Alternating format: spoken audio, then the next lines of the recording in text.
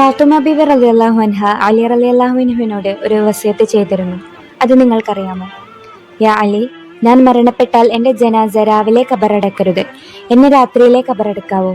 അപ്പോൾ അലി റളിയല്ലാഹു അൻഹു, എൻ്റെ ഫാത്തിമ, നീ അങ്ങനെ പറഞ്ഞത് എന്ന് ചോദിച്ചു.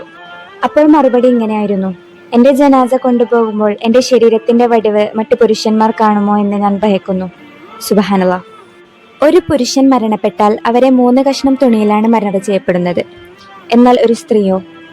അവർക്ക് 5 കഷ്ണം തുണി ഉപയോഗിക്കാനാണ് അല്ലാഹു സുബ്ഹാനഹു തആല കൽപ്പിച്ചിട്ടുള്ളത്. സ്ത്രീകളുടെ കാര്യത്തിൽ ഇസ്ലാം എത്രമാത്രം സൂക്ഷ്മത പുലർത്തുന്നുണ്ടെന്ന് ഇതിലൂടെ ഞങ്ങൾക്ക് മനസ്സിലാക്കാം. ഒരു സ്ത്രീ മരണപ്പെട്ടാൽ പോലും അവളുടെ ശരീരത്തിന്റെ വടിവ് അന്യപുരുഷന്മാർ കാണുന്നത് അല്ലാഹു സുബ്ഹാനഹു തആല ഇഷ്ടപ്പെടുന്നില്ല. അതുപോലെ തന്നെ അവർ മരണപ്പെട്ടാൽ അവരെ മുഖമക്കന കൂടെ ധരിപ്പിക്കാൻ വേണ്ടി അല്ലാഹു കൽപ്പിച്ചിട്ടുണ്ട്. അവരുടെ ജനാസയിലും അവരെ മുഖമക്കന ധരിപ്പിക്കാൻ വേണ്ടി കൽപ്പിച്ചിട്ടുണ്ട്.